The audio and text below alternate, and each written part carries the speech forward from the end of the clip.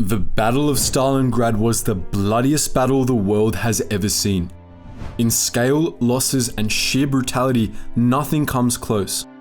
The battle irrevocably turned the tide of the war in the East and ensured Hitler's plans for European domination would never come to pass. But how well do you know the battle? In this video, we take a look at the hellhole that was Stalingrad, presenting 13 lesser-known facts along the way.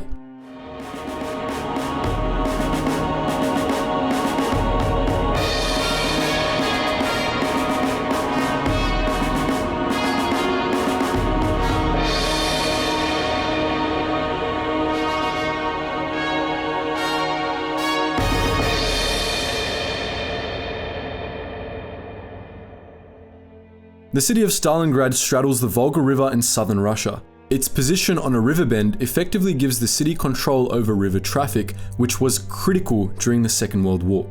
Hitler's war machine was a thirsty beast and needed vast quantities of oil to keep running.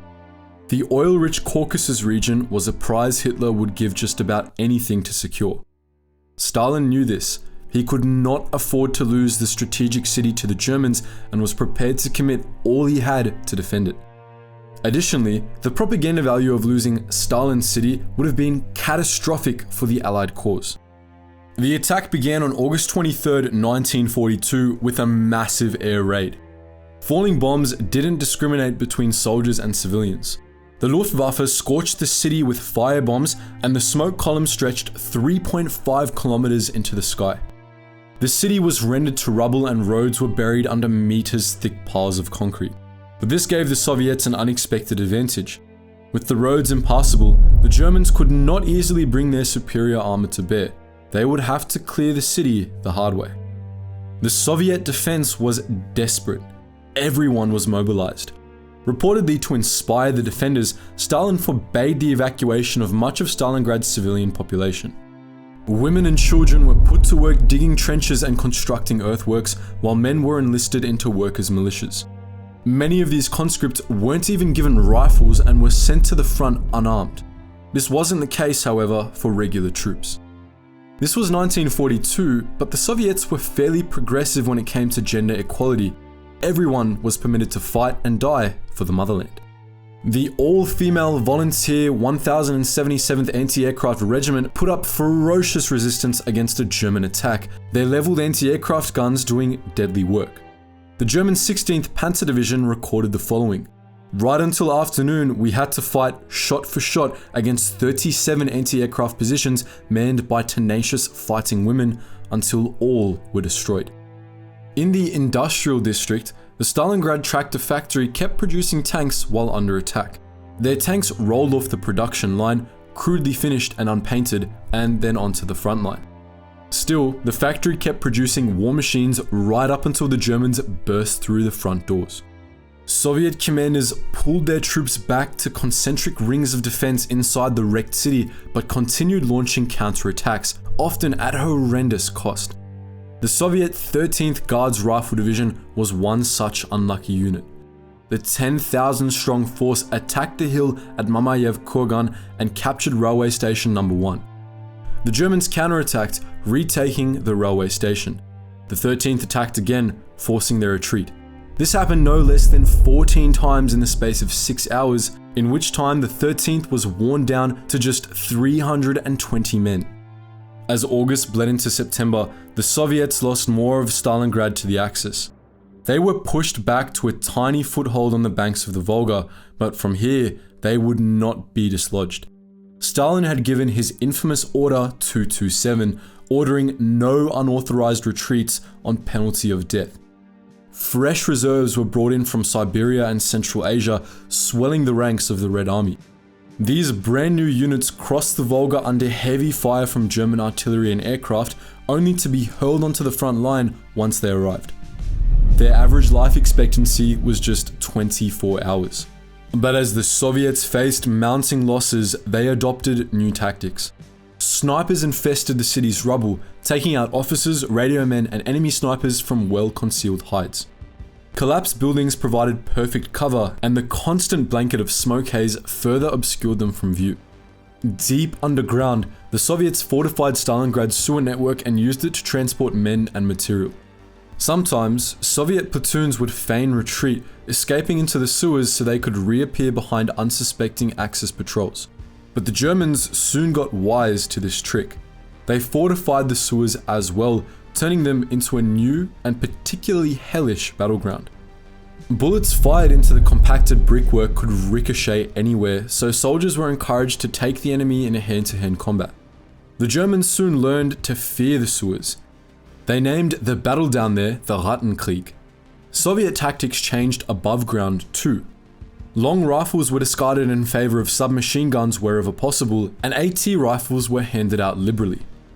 The Soviets also developed a network of fortified blockhouses from ruined factories and houses. They were compartmentalized. If one fell to a fierce Axis attack, the others could still hold firm. Attacking one of these positions could be a death sentence, as Axis forces had to contend with knife-wielding Soviets in the sewers, vengeful snipers concealed in the buildings, hidden machine gun positions, and streets choked with rubble.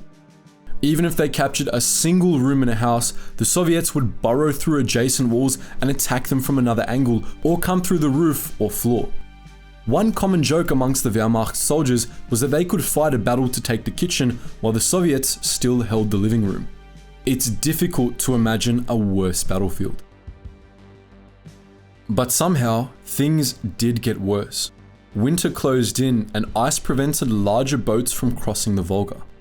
The Germans pushed on, capturing 90% of the city and restricting the Soviets to just a few small zones. Food for the surviving civilians was taken, and city dwellers consumed rats to survive. Attrition ate away at both the Axis and Soviet forces, but replacements were far more easily found in the Red Army. The Luftwaffe flew an average of over 900 missions per day over the city, bombing, scouting, and covering advancing forces on the ground.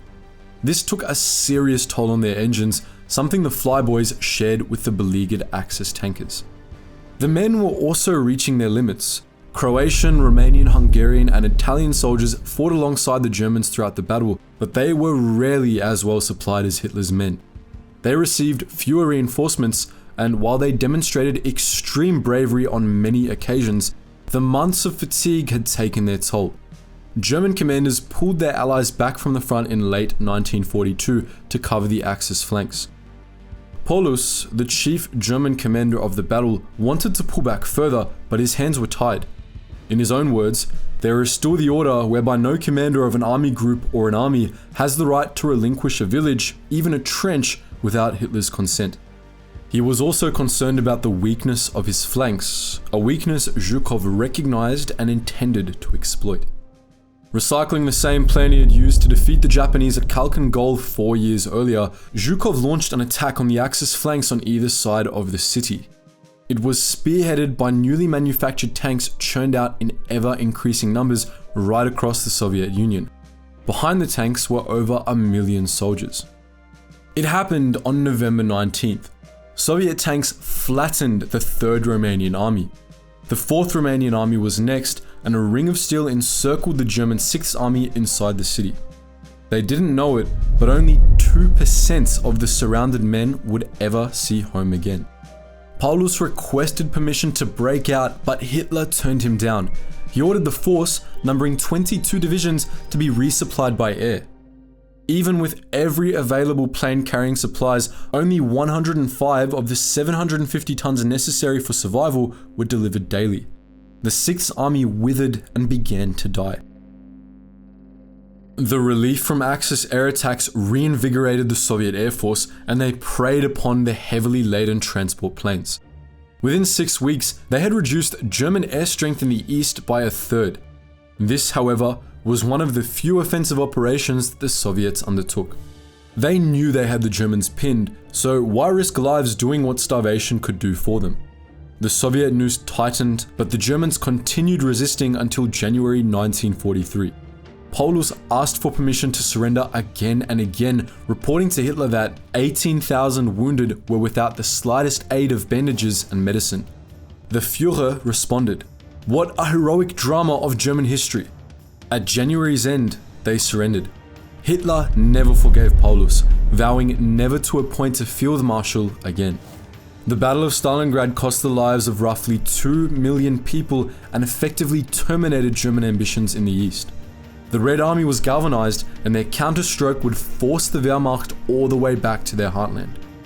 General Chukov, one of the Soviet high commanders, noted, "Remembering the defense of Stalingrad, I can't overlook the very important question about the role of women in war, in the rear, but also at the front. Equally with men, they bore all the burdens of combat life, and together with us men, they went all the way to Berlin."